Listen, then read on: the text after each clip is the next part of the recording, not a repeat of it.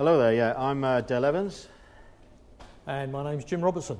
Yeah, and here we are at Brooklands, and at the moment we are working on restoring the TallBoy Small. These were prototypes of the TallBoy. We did a previous presentation about restoring the Brooklands TallBoy. 4,000 pounds in weight. There were 12 of them made, and they were all in effect prototypes for the TallBoy. This is the only one left remaining out of those 12. And I'm sure people are going to look at this and wonder, why is it painted black and white? One of the reasons for that in particular was so that they could see that when the bomb was actually dropped, or the prototype was dropped, they could see which way the bomb was actually going to spin. And so what you see here is the black and the white, and that would be extended down to the tail cone, which we'll see in just a moment.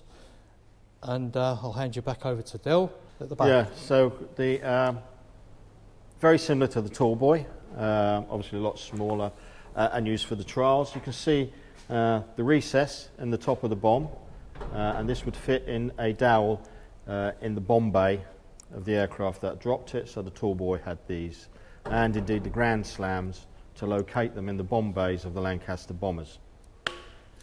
What we've done is that we have stripped it back, cleaned it up, and just like the TallBoy, treated any corrosion. The rear of the bomb itself was quite badly surface corroded, and in fact the inside of the tail cone was full of a lot of rubbish. Jim? Yeah, and I think really from that it's probably worth coming and have a look at the tail cone.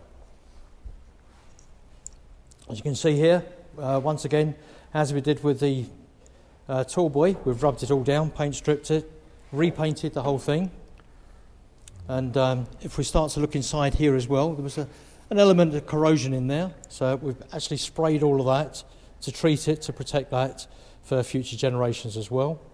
And you can see here, this is a complete ring, whereas on the TallBoy that we did an earlier presentation, you can see that half of that was actually missing.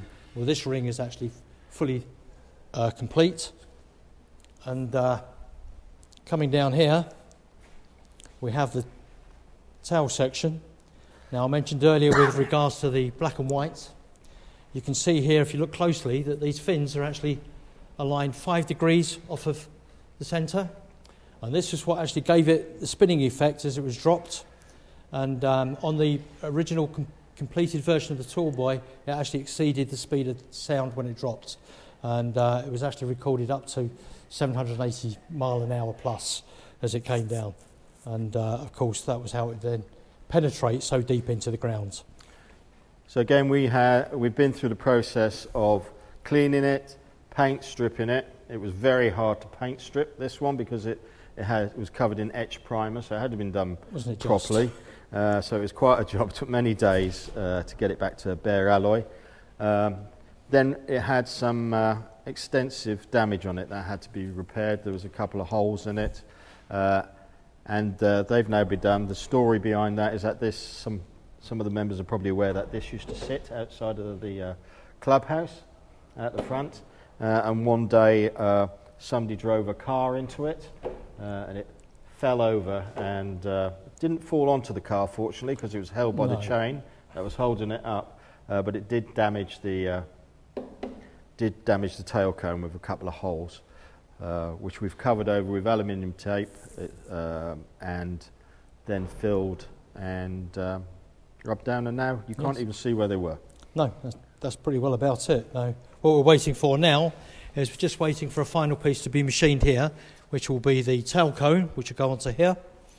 And once that's actually done, we're in a position where we're ready to reconnect the complete tail section to the actual bomb itself. So within the next 48 hours, we should have all of this actually back in place inside the strut chamber, where the rest of the Barnes Wallis displays can be seen as well.